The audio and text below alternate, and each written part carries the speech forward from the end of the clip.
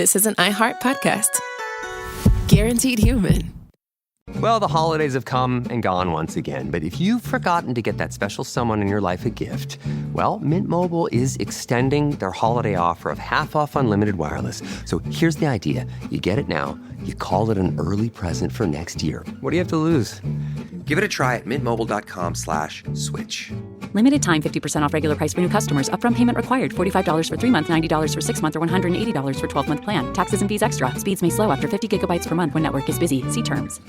This Sunday, iHeartRadio brings you live to Levi's Stadium in Santa Clara for the Super Bowl 60 tailgate concert, presented by NetApp. It's the ultimate pregame party, featuring an exclusive performance from Teddy Swims.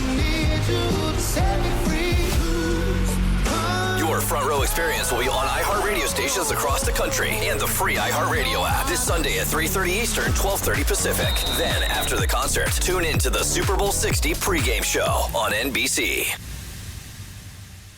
It never happens at a good time. The pipe bursts at midnight. The heater quits on the coldest night. Suddenly, you're overwhelmed.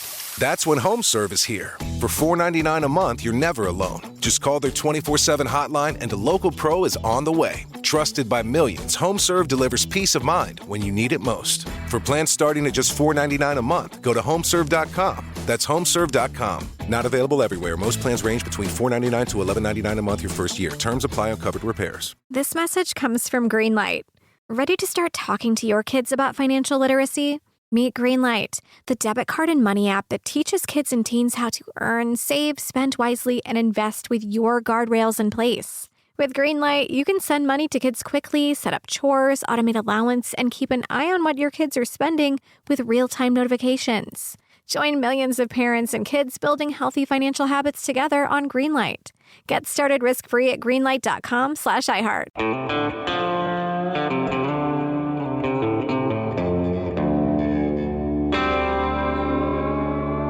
Body Bags with Joseph Scott Morgan.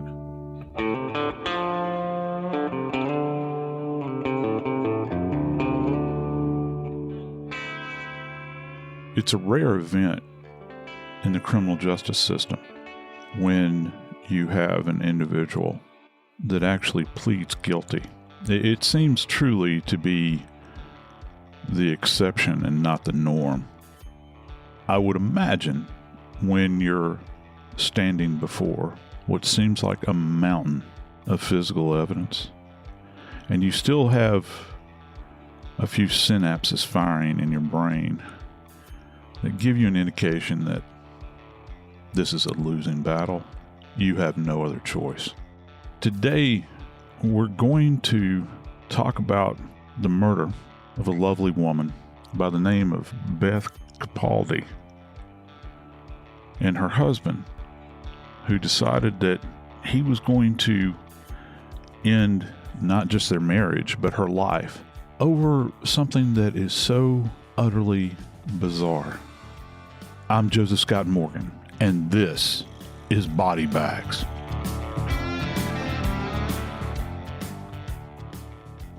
Dave Mack, my good friend, senior crime reporter with Crime Online. Hey, Dave, I got a question for you, man. I was just curious, when you were a kid, did you like comic books? You know, I knew you were going to ask that. I knew it. And the right thing to say, I loved them as a kid. I'm going to be honest. I didn't even really consider comic books as part of my life until I started watching Big Bang Theory, you know, when it was on all the time. And so when I saw this article and started digging into the Capaldis, and it was like, I understand how that thinking is different than what you and I might think about, but no, I didn't get into the serialized comic books. The only closest thing I'd come to would be the funny papers, you know, Charlie Brown or Mad Magazine. I love that one. Oh, I love Mad too. Listen, I have to admit a weakness. I do love them. I loved them as a child. And it's interesting. You said the comic strips. What'd you refer to them as? The funny, what funny papers? The funny papers? Yeah, I know. And my granny, she would refer to comic books as funny books. Okay. I guess it's rooted in this idea that, you know, that it was escapism in order to, or it's perceived to get a laugh. Right. The stuff that I was interested in was always serious. I was a huge Marvel comic book guy, when I was young. Wow. Spider-Man and Captain America and all that stuff. It was fascinating to me. I'm particularly struck by how much money is involved in that industry. And now today, it's an area where people can go and trade these things, and these things are like hermetically sealed. Right. Yeah. You don't touch it. Right. Don't touch it. You set it up on the shelf because it's got this value to it. The beauty of it is you used to kind of roll it up in your back pocket, and carry it and throw it all over the place. And no telling, in today's standards, there's no telling how many dollars I actually threw away. Well, I never mock people for doing the comic book thing. I don't, because we all get into different things. But we do. I will tell you this. I saw Iron Man, the first, Robert Downey Jr.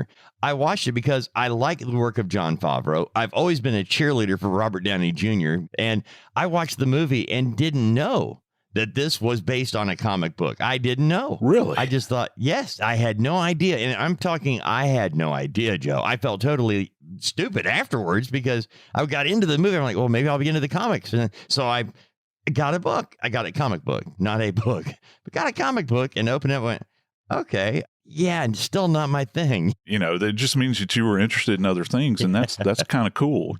With Stephen Capaldi, I got to tell you, we cover a lot of cases on body bags that are driven by passion. And I guess you can have passion in different areas. And most of the time, it's a romantic passion, that you got jealousy that rises up, or you've got people that want to get out of a relationship and go into something else. But Dave, I got to tell you, in this particular case, we've got a combo of both. We've got infidelity and, wow, we got comic books. Unbelievable that we could actually be at the center of this. And it was part of it. And I'm glad you pointed that out. Many of the stories that we cover in crime deal with the base sexual needs human beings seem to have, and what the lengths they're willing to go to break bonds that they stood in front of, oftentimes their family, friends, and God Almighty, and said, for better, for worse, sickness and health, I'm here for you. After 30 years, I really want to open up a comic book store with my brother. And my wife just will not support this idea. And so he's out trolling for somebody who will support that idea, and he finds her. I can't think, Joe, that this is all there is, but it is. It is that basic stuff right there. He wanted to do something his wife didn't have a thing for, and he became interested in another woman. At 57 years old, 30 years of marriage, you decide, you know what, I've had enough of you. And so you get down to the nitty gritty here. What do you do if your goal is to end this marriage? Well, one, pick up the phone, call an attorney, and have a meeting of what can I do to extricate myself from this horrible situation I'm in with my wife of 30 years, who, by the way, still loves me. No, let's not do that. Let me find a good way to put her out of her misery and mine so that I can start this new business with my brother. You sit back and you consider this, and is it a matter, I wonder, of just being laser focused on this thing that you think is going to satisfy this urge that you have, this long-term goal of owning a comic book store? Not that there's anything wrong with that, yeah. But there's certain ways that you go about it. It's certainly not as would be revealed down the road. You think about, well, I'm going to go on and do a search for how is it that I can get a great business loan. No, you're going to go and do a search of what does it take to pass a polygraph? If something happened to my wife and the police, I would be the first one they'd look at. They would investigate, and they would look at the books I have, look at the shows and the research I do. And I'm telling you, within about 30 seconds, I would be in handcuffs being walked out to the car for an interrogation just because I have all these things, okay? But I have a reason for it. I do a show with JoScott Morgan called Body Bags. I'm a crime reporter on other shows. So I have research on my computer like how to get away with murder. Can you avoid police detection by turning off your phone? How to control your dark impulses? These are just some of the things that Stephen Capaldi researched prior to his wife's demise. If you're taking this amount of intellectual power and applying it toward that, and He even mentioned these things are dark. So automatically from Jump Street, he's acknowledging what the path that he's going down is very sinister. I mean, very, very sinister. He is applying all of his efforts in that particular area. And this is a guy that, along with his wife, that's established a family. They've been married 30 years now, and they kind of drift apart over years. They're not as intimate. They're not as close as they once were. Why are you going to pick up a brick and throw it through a stained glass window? I don't understand that necessarily, but it's amazing to me the way people will do these sorts of things. And I think from my perspective as a forensics guy, we are so detailed in what we do from an investigative standpoint that we get to go back and look at things when there is a pause, right? We're not going into scenes in an urgent state of mind. We try to be methodical. We try to be well planned before we enter in, because we've done this so many times, and we try to be very accurate in our practice. You got a guy who is looking completely to rip apart his family and his wife's life. He did not consider all of those fine details that, that are going to wind up having you stand before a judge at some point in time. And all of these things are going to be listed, and you're going to eventually have to stand and answer for what you've done. And you think about it just for a second. And if he had an opportunity to go back in time and consider what he had undertaken, I think that Stephen Capaldi may have chose a different path.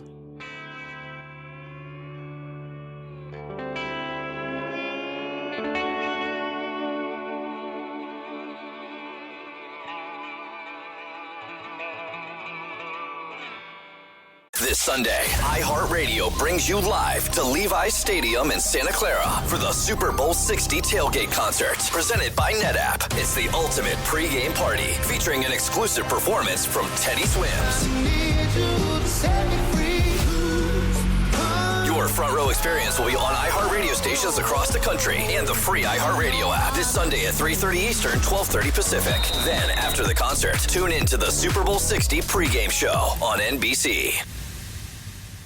Now I'd like to introduce you to Meaningful Beauty, the famed skincare brand created by iconic supermodel Cindy Crawford. It's her secret to absolutely gorgeous skin. Meaningful Beauty makes powerful and effective skincare simple, and it's loved by millions of women. It's formulated for all ages and all skin tones and types, and it's designed to work as a complete skincare system, leaving your skin feeling soft, smooth, and nourished. I recommend starting with Cindy's full regimen, which contains all 5 of her best-selling products, including the amazing youth-activating melon serum. This next-generation serum has the power of melon leaf stem cell technology. It's melon leaf stem cells encapsulated for freshness and released onto the skin to support a visible reduction in the appearance of wrinkles. With thousands of glowing 5-star reviews, why not give it a try? Subscribe today and you can get the amazing Meaningful Beauty system for just $49.95. That includes our introductory 5-piece system, free gifts, free shipping, and a 60-day money-back guarantee. All of that available at meaningfulbeauty.com.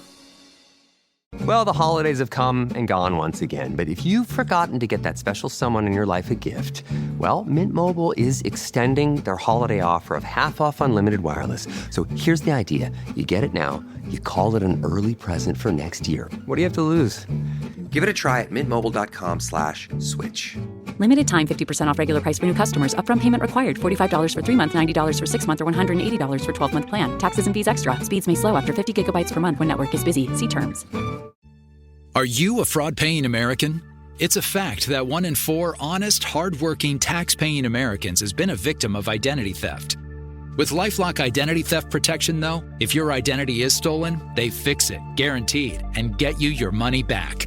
Last year, the IRS flagged over $16 billion in refunds for identity fraud. That's billions of dollars that could come from your salary, overtime, or second job. But this year, you don't need to stay a victim. LifeLock monitors millions of data points per second for your personal information and alerts you to threats you could easily miss on your own. And if your information does fall into the wrong hands, only LifeLock has U.S.-based restoration specialists who are backed by the $1 Million Protection Package. Because this tax season, fraud-paying American is something no American should have to claim. Visit LifeLock.com/iHeart and save up to 40% your first year. That's 40% off at LifeLock.com/iHeart. Terms apply.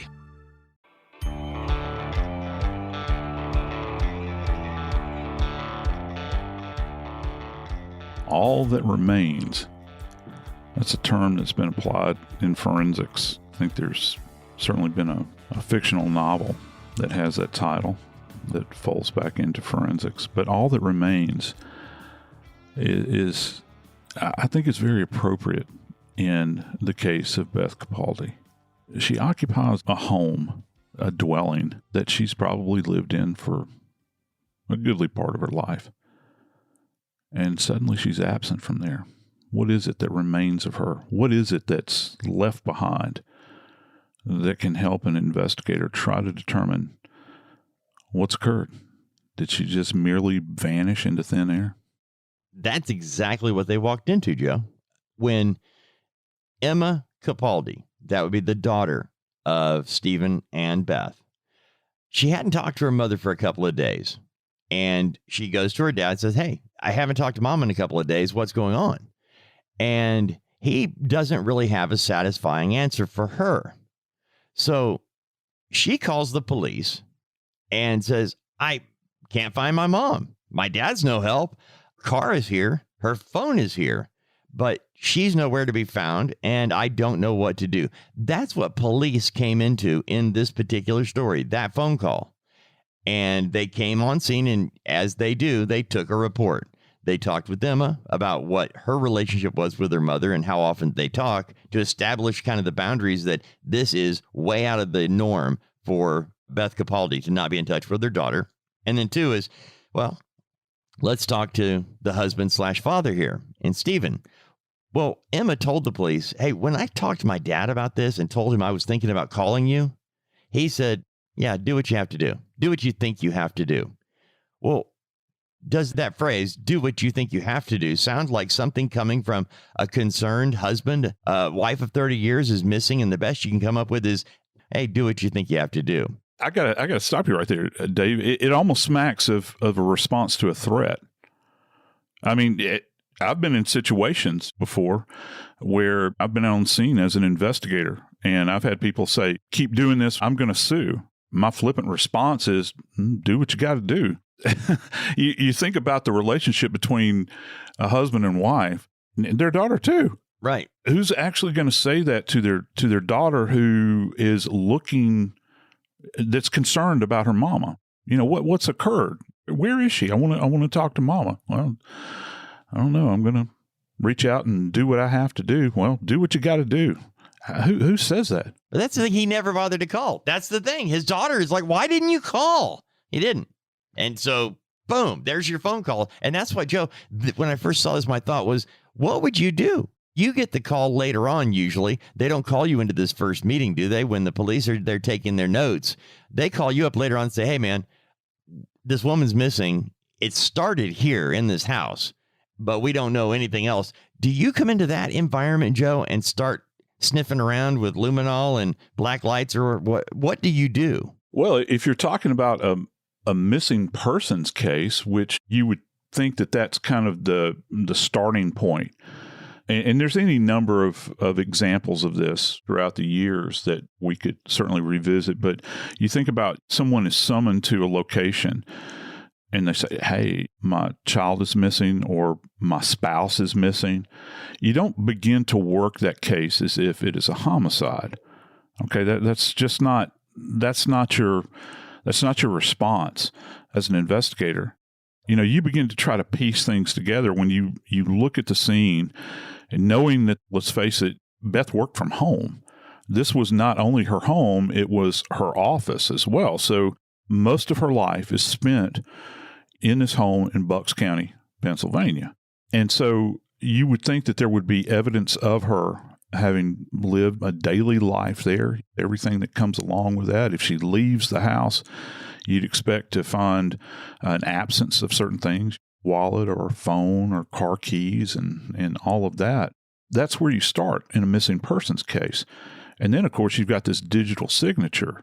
She's using a cell phone. And going back to what you had said earlier regarding their daughter, Emma, look, I can only state in my life that my wife and my daughter, they talk probably twice daily at least. And then I will talk to my daughter.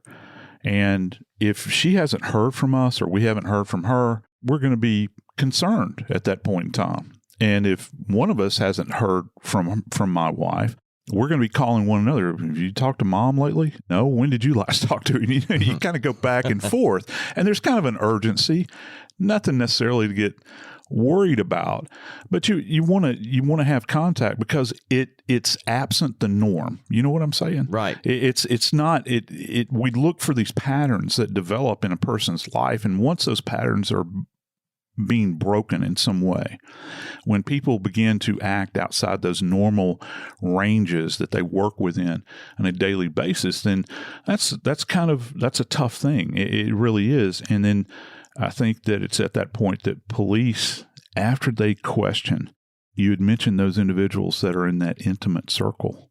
You know, who's more intimate than a spouse? You begin to see how they behave, how they react. You begin to kind of dig in, look beneath the surface, and try to understand, is the story they're telling you, does it marry up with what you're seeing evidenced before you? And can they maintain the same narrative over and over again? That's why when police question people, many times you will see them ask the same question over and over again. And sometimes they'll rephrase it, but they want to see if what you're saying in the present marries up with what you said 2 hours ago or an hour ago or even 30 minutes ago. They want to see if there are any deviations from that standard. You know, one way they do that is while they're interviewing you, but I hate to call somebody a suspect right off the bat, but, you know, when a spouse is missing, the other one is he's the immediate concern. Absolutely. So Absolutely. They'll break him down. They'll ask questions. Hey, what did you do last night? And in this case, that's how we know that in one of their first interviews talking to him, what were you guys doing last night when you were last with her? And he said, we watched Buffy the Vampire Slayer sitting on the couch and we were holding hands. Okay. That's what he said they did at the last time they were together. Now, the reason they know that is because, like you said, they'll use that later to trip him up. What they probably said during the course of this interview, about what time was that? Really? When did you start watching it? About 8:15. Well, was it 8 or 8:15? Was it closer to 8:10? Yeah, 8:12. Now, it seems innocuous, but if you're telling the truth, you know what time you did something, and when they get that information from you, okay, it was about 8:12. You have a reason for thinking that way and remembering it that way. So an hour later, when they ask you the same question, they won't throw it out as what time? They will say, okay, you said you guys were watching TV around 8:15 or so, right? And then you write that down. Well, all of a sudden, when you say, yep, that's right, they know that isn't the truth because you narrowed it down to 8:12 earlier. Now you're saying 8:15. It's just a little red flag. Yeah, it is. And let me give you an even bigger red flag with Stephen Capaldi. Dave, he went from, we were watching Buffy the Vampire Slayer sitting on a sofa together holding hands to, well, she may have taken off on a solo fishing trip. Yes. Who says that? And I think that there was even at one point in time he used the phrase, well, she's on a beach somewhere warm. Someplace warm on the beach. How broad do you have to be within the spectrum when you begin to, these probative questions that the investigators are kind of digging into to try to find out what happened to Beth in this period of time? And why this is the other question. What would be your purpose for deviating from your narrative that you've already created when we have asked you this over and over again? You talked about going through the house and spraying with luminol and all these sorts of things. Yeah, I mean, that's certainly something that we eventually do. But can I tell you something else that's very curious about Stephen Capaldi? His interesting searches that he's done on the internet. Not only did he search for things that we talked about, he also searched out things like reciprocating saw and black light, which if you've never seen a black light utilized at a crime scene, it will cause biological samples to kind of luminesce in that environment. You can use it with semen. You can use it to a certain extent with blood. And it's kind of an interesting thing. You know, why are you searching these things out? You begin to couple that with this kind of deviation that he has from the story that he's providing early on. And certainly it raises a red flag for the investigators. And that's all the more reason that the investigators would go out at this point in time. Okay, now let me ask you something. You pointed this out, and I just want to go back to it very quickly. He said that they were holding hands on the couch watching Buffy the Vampire Slayer, but then in the same conversation, my wife just told me about an affair she's been having for 3 years. She's been having a 3-year-long affair. We've been married 30 years. She just admitted to a 3-year-long affair, but we're sitting on the couch holding hands watching Buffy. That doesn't fit my picture of a healthy, happy 30-year marriage. No, it doesn't. And listen, this is the thing. You can say anything that you want to say. And you're talking to the police, and the dead aren't there to defend themselves. And of course, at this point, they don't know if, you know, where Beth is, if she's still among the living or if she's passed on. But when you're in control and you're kind of driving a boat at this point in time, you can put any type of information that you want to out there to mislead the police. You know, and that's when you start to get into areas like you're attempting to obstruct an investigation. They begin to add these little charges to things as the narrative develops moving on down the line. Because if there's one thing that will frustrate an investigator, it's that they have been given bad information. It makes the entire team take 2, 3, 50 steps backwards and have to go back to that original point. Now, that's a good thing in one sense, is that now you're beginning to understand that this individual is being deceptive, and that's part of the investigation. But it can, trust me, it can get very frustrating. Preeminent among everything here is his wife's safety. Where is she? We've got a woman that has gone missing. We want to be able to find her intact, but of course, in best case, that certainly wasn't the story.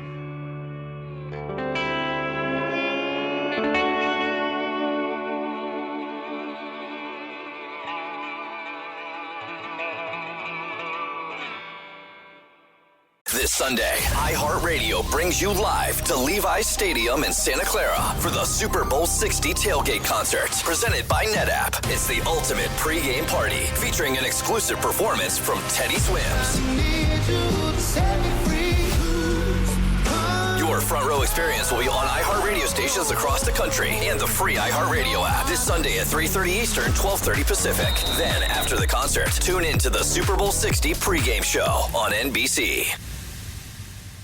Now I'd like to introduce you to Meaningful Beauty, the famed skincare brand created by iconic supermodel Cindy Crawford. It's her secret to absolutely gorgeous skin. Meaningful Beauty makes powerful and effective skincare simple, and it's loved by millions of women. It's formulated for all ages and all skin tones and types, and it's designed to work as a complete skincare system, leaving your skin feeling soft, smooth, and nourished. I recommend starting with Cindy's full regimen, which contains all 5 of her best-selling products, including the amazing youth-activating Melon Serum. This next-generation serum has the power of melon leaf stem cell technology. It's melon leaf stem cells encapsulated for freshness and released onto the skin to support a visible reduction in the appearance of wrinkles. With thousands of glowing 5-star reviews, why not give it a try? Subscribe today and you can get the amazing Meaningful Beauty system for just $49.95. That includes our introductory 5-piece system, free gifts, free shipping, and a 60-day money-back guarantee. All of that available at meaningfulbeauty.com. This message comes from Greenlight. Ready to start talking to your kids about financial literacy? Meet Greenlight, the debit card and money app that teaches kids and teens how to earn, save, spend wisely, and invest with your guardrails in place. With Greenlight, you can send money to kids quickly, set up chores, automate allowance, and keep an eye on what your kids are spending with real-time notifications. Join millions of parents and kids building healthy financial habits together on Greenlight. Get started risk-free at greenlight.com/iHeart. Support for the show comes from Public, the investing platform for those who take it seriously. On Public, you can build a multi-asset portfolio of stocks, bonds, options, crypto, and now generated assets, which allow you to turn any idea into an investable index with AI. It all starts with your prompt. From renewable energy companies with high free cash flow to semiconductor suppliers growing revenue over 20% year over year, you can literally type any prompt and put the AI to work. It screens thousands of stocks, builds a one-of-a-kind index, and lets you backtest it against the S&P 500. Then you can invest in a few clicks. Generated assets are like ETFs with infinite possibilities, completely customizable and based on your thesis, not someone else's. Go to public.com/podcast and earn an uncapped 1% bonus when you transfer your portfolio. That's public.com/podcast. Paid for by Public Investing. Brokerage services by Open to the Public Investing Inc. Member FINRA and SIPC. Advisory services by Public Advisors LLC, SEC registered advisor. Generated assets is an interactive analysis tool. Output is for informational purposes only and is not an investment recommendation or advice. Complete disclosures available at public.com/disclosures.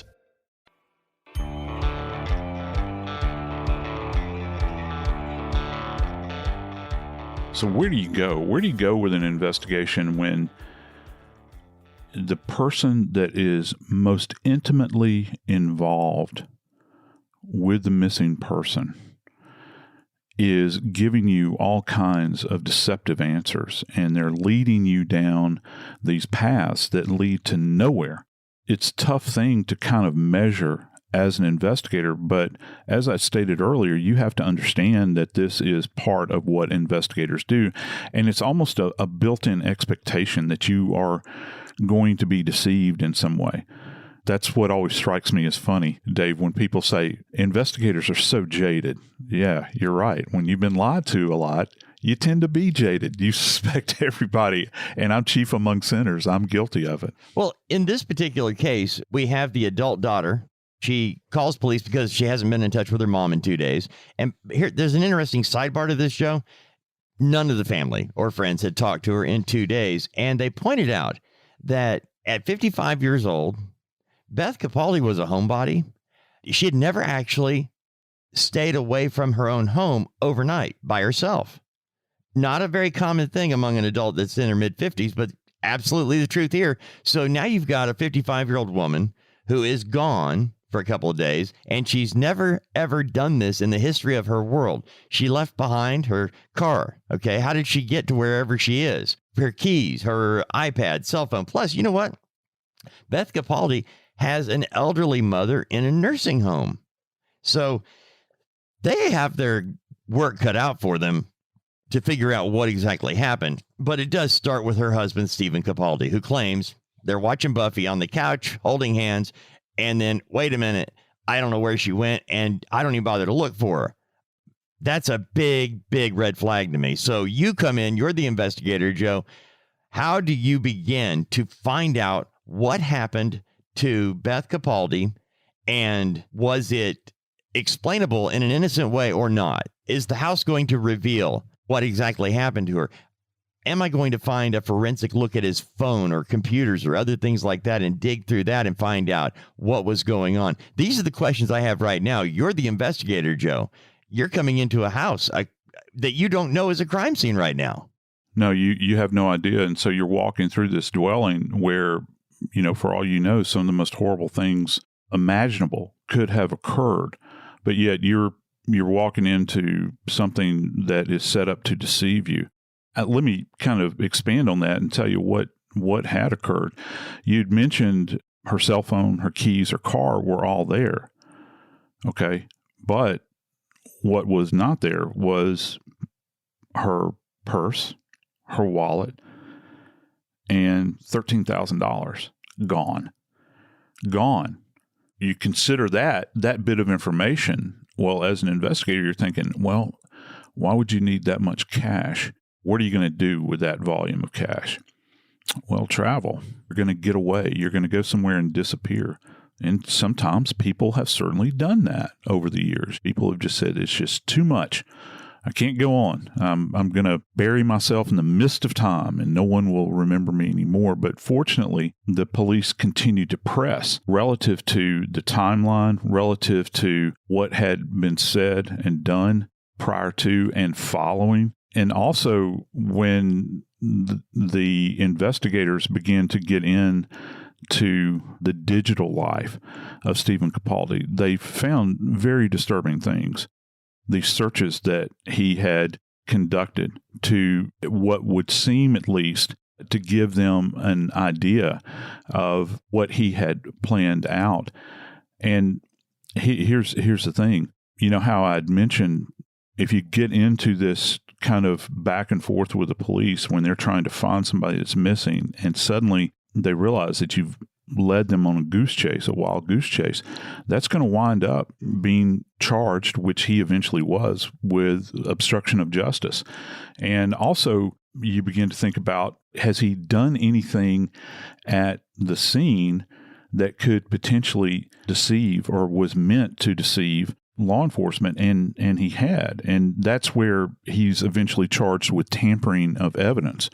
Because if you create a narrative by adjusting the scene at all, like, for instance, where you're going to take this $13,000 in her purse and these sorts of things and take them away, take them out of the scene, and it changes the context of everything, that can be construed as tampering as well.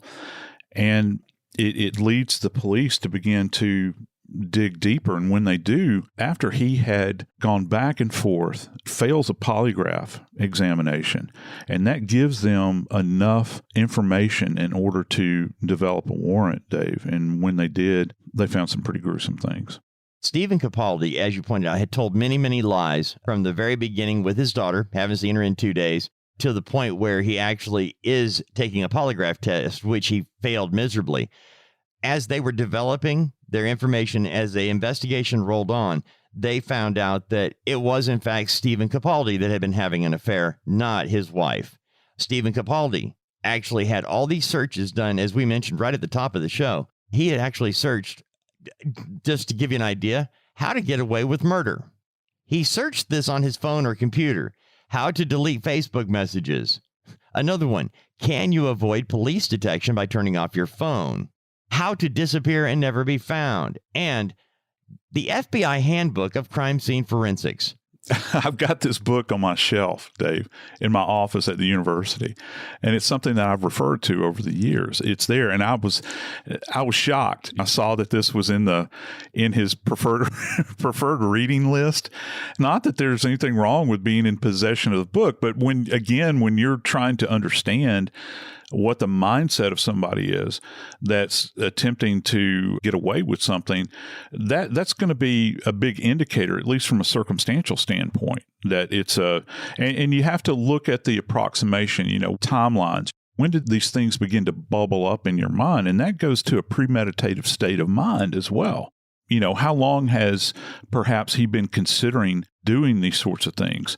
And eventually with Capaldi, he rolls over on this and admits to it. I mean, absolutely admits to it. He actually pleads guilty. He went in and gave testimony in a grand jury hearing. And I can only imagine that the DA was just shocked eventually. But in the interim, when it came down to it, he had taken time to, first off, I think it was back on October the 10th of 2022, he suffocated her.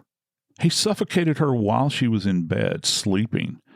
And you've got two stories here. And with the suffocation, it's kind of an interesting dynamic. You think about suffocation versus asphyxia.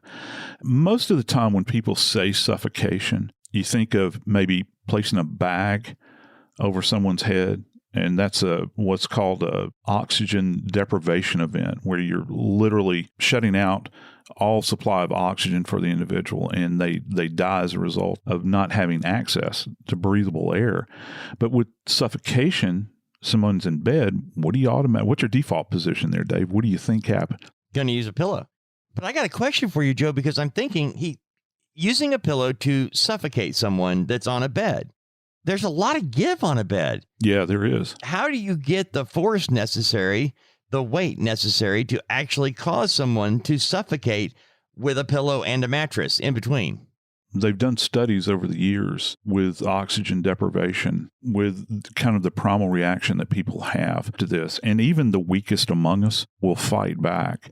If you're laying on a surface like this, a soft surface like a mattress, and you're having direct pressure applied to the face, the individual will fight back. And I think that that's why, and they were able to see evidence of this, and certainly he admitted to this, is that he transitioned now to a different form of oxygen deprivation.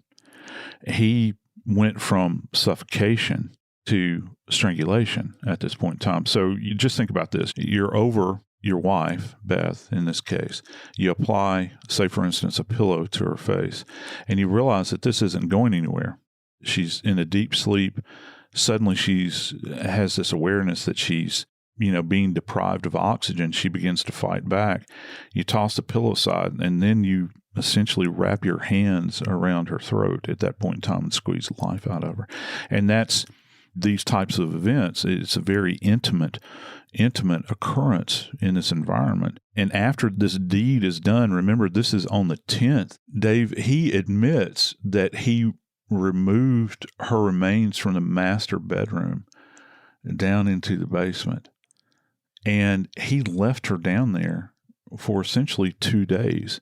In the paperwork, it said he killed her in the master bedroom. He suffocated and strangled her in their master bedroom. Then it says in his statement to police, he actually took her to another bedroom first and then took her down to the basement. What does that mean to you? It goes to a disordered mindset. It's always fascinated me relative to people that engage in homicide, and they're trying to understand what has occurred. Years ago, when Bill Clinton won the presidency, famously said, "Well, I'm like the old dog that was sitting on the porch and was chasing cars all the time. I finally caught one. I didn't know what to do." And so you begin to think about this situation that you're in. What do you do at that point in time? Well, you begin to migrate things around. You're thinking about, you're trying to work this out logically in an illogical situation because you're overwhelmed. I mean, just imagine just for a second. You've certainly never been in a position where you're having to deal with the dead, how much more so your wife. And now you've got to figure out a way to get rid of her body. He had explored all kinds of things on the internet. We talked about a reciprocating saw, which comes into play. But addition to that, he had actually sought out quick drying concrete.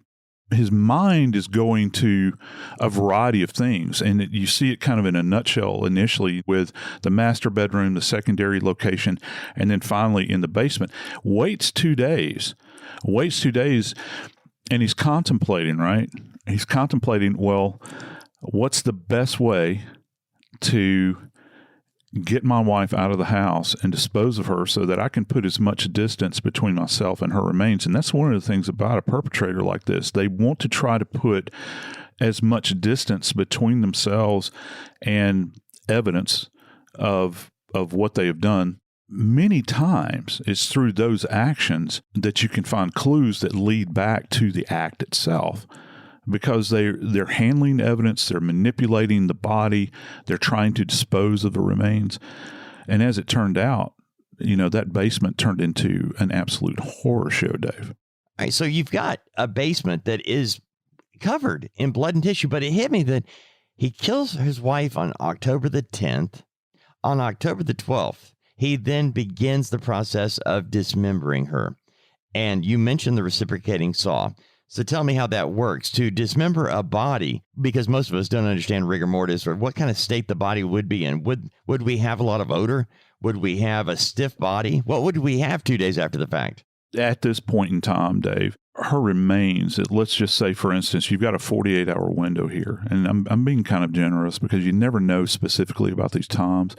But if you've got an individual who was murdered on the 10th, and now she's been in a state of postmortem change now, let's say, top end 48 hours, if we're to believe the timeline, the body will be going through changes that could be appreciable, certainly by somebody in my field that's skilled at it. After about 36 hours, the body is coming out of rigor. So then the body goes back into what's referred to as a flaccid state. That's one of the ways that we actually measure postmortem interval, because if you've got a body that is where you've got postmortem lividity, which is the settling of blood where it's fixed, if you press it, the skin color doesn't change because the little capillary beds have exploded, and the skin, for lack of a better term, is kind of stained beneath that surface. And then you've got a body, in addition to that, the body would be flaccid coming out of rigor mortis. Then you know that you're out beyond that 36-hour marker at that point in time. And that's one of the things that we'll look for. And of course, you can do body temperature, but after about 12 hours, that data for body temperature is completely worthless. People put so much stock in what's referred to as algor mortis, which is the body temperature. But after about a 12-hour window, that data is pretty much worthless. So in a case like this, you can only imagine what he was faced with. And there's a human side to this too, beyond just this technical forensics. I was contemplating this a bit and thinking about this place that they lived in.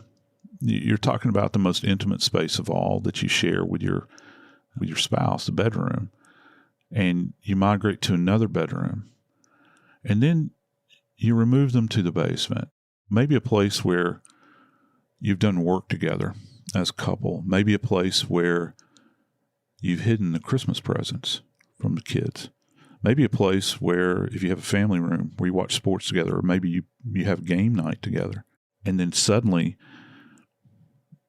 it turns into a slaughterhouse. Just think about that from the perspective of how this individual's mind would be working at this moment in time. All those things that you see are reminders of a life that has been lived. And now you've got your precious wife, and she is precious. She's precious in the sense that she's been with you all of this time. You've got a daughter that loves her mama. The daughter can't get in touch with her. Oh, and by the way, do what you got to do. Isn't that what he famously said? That's what drives me crazy. That just really does. Yeah, and he's doing what he thinks he has to do, isn't he, Dave? He's literally taking his wife's body apart in this place. Now he's faced with this Herculean task, trying to dispose of her remains. Many people, I think, enter into this sort of thing and they think, oh, yeah, I could do it. Could you? Really? You think you could do it? Well, maybe you could. I don't know. And then given the emotion of it, you're emotionally bonded with this person. And here you are taking them apart. There's only so much rage and anger that you might have, that you might hold to somebody. At some point in time, you would think that something would click and you realize what you're in the middle of at this point in time. And I think that he probably did. I'm wondering, Joe, if you, as the forensic expert, when you find the body, can you tell if the person was in a fit of anger as they cut this person up, or if they had time to calm down and now we're surgically doing it just now as self-preservation? I'm trying to get rid of the evidence here so I don't get caught. And that's an excellent question. How much time and skill was involved? Well, first off, what's your tool set? What have you brought? What are you purposing in order to facilitate this with? Do you have a bunch of sharp instruments, or are you showing up with an axe? Does it look like there's hesitancy? Because we can find those sorts of things. Say, for instance, when it comes to bone in particular, we have what are referred to as stop-starts, where you get these scratches on the bones. There are tool marks on the bones where you can see, and I'll give people a word picture so that you understand. Hey, if anybody in our audience has ever used a carpenter saw, where you begin to saw and it jumps out of the groove and you have to start over, same thing happens with bone. When you're faced with having to take apart a human remain, you're not just simply dealing with bone. You're dealing with all manner of soft tissue, dealing with connective tissue. So you're going through layers of skin, fat, and muscle in order just to get to the bone. And that requires a bit of skill there because, yeah, you're using a reciprocating saw in order to facilitate the dismemberment. But you have to get down to that very solid area of bone in order for it to function at its peak for what it's created for if we're going through solid surfaces like this. In order to do that, you'd have to cut through the tissue with a sharp knife, perhaps. And there's the problem, because if you're using a saw such as this. Remember, the reciprocating saw, it kind of goes up and down. It pumps up and down very rapidly, obviously. It's got a limited space or limited surface area that it can go. So it's going to be very frustrating to utilize this thing. You'll use a saw like this to cut through drywall. You can cut 2x4s with it.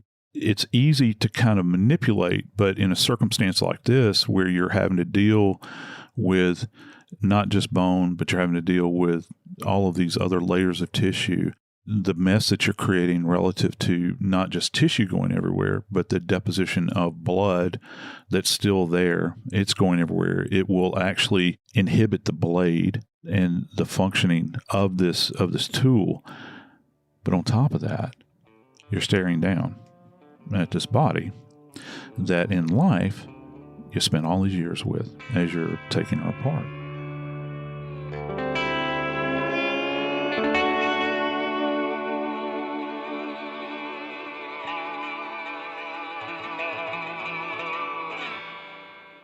Stephen Capaldi admitted to killing his wife.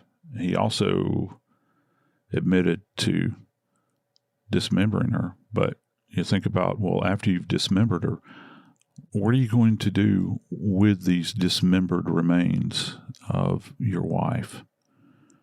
You can't leave them at the house. It's not like, I guess you could go dig a hole in the backyard, put them back there. But people are going to notice. And again, going back to the idea of trying to get as much distance between yourself and the body.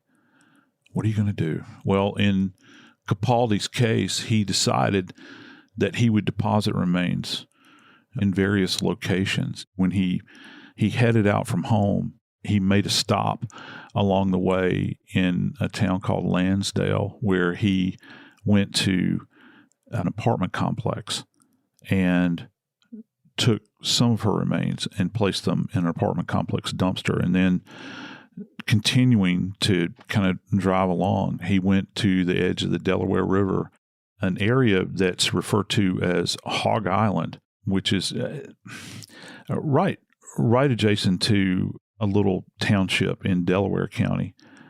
That's where he deposited the rest. Some of the remains to this point in time have not been recovered. But what they did do, once they found this deposition of remains, they were able to conduct DNA testing, and they did, in fact, determine that these are the mortal remains of Beth Capaldi. I'm JoScott Morgan, and this is Body Bags.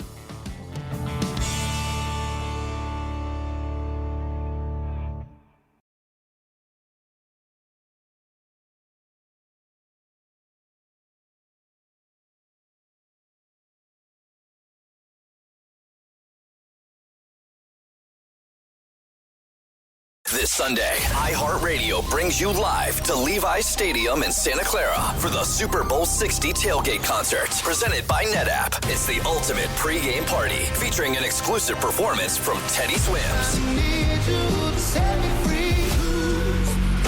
Your front row experience will be on iHeartRadio stations across the country and the free iHeartRadio app this Sunday at 3:30 Eastern, 12:30 Pacific. Then, after the concert, tune in to the Super Bowl 60 pregame show on NBC. Are you a fraud-paying American? 1 in 4 tax-paying Americans has been a victim of identity fraud. With LifeLock, if your identity is stolen, they fix it, guaranteed, or your money back. Last year, billions in refunds were stolen. Could be from your salary, overtime, or second job. Gone. But this year, you don't need to stay a victim, because this tax season, fraud-paying American is something no American should have to claim. Save up to 40% your first year. Visit lifelock.com/iHeart. Terms apply.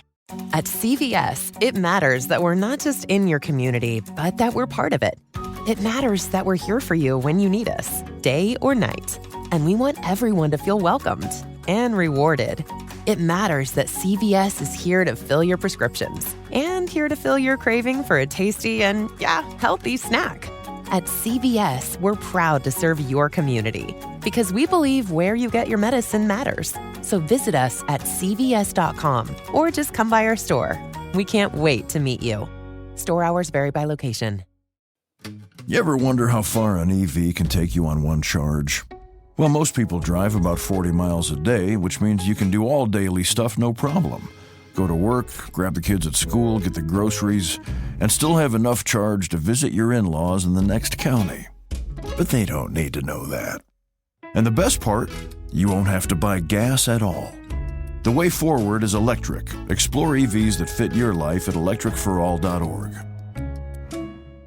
This is an iHeart podcast. Guaranteed human.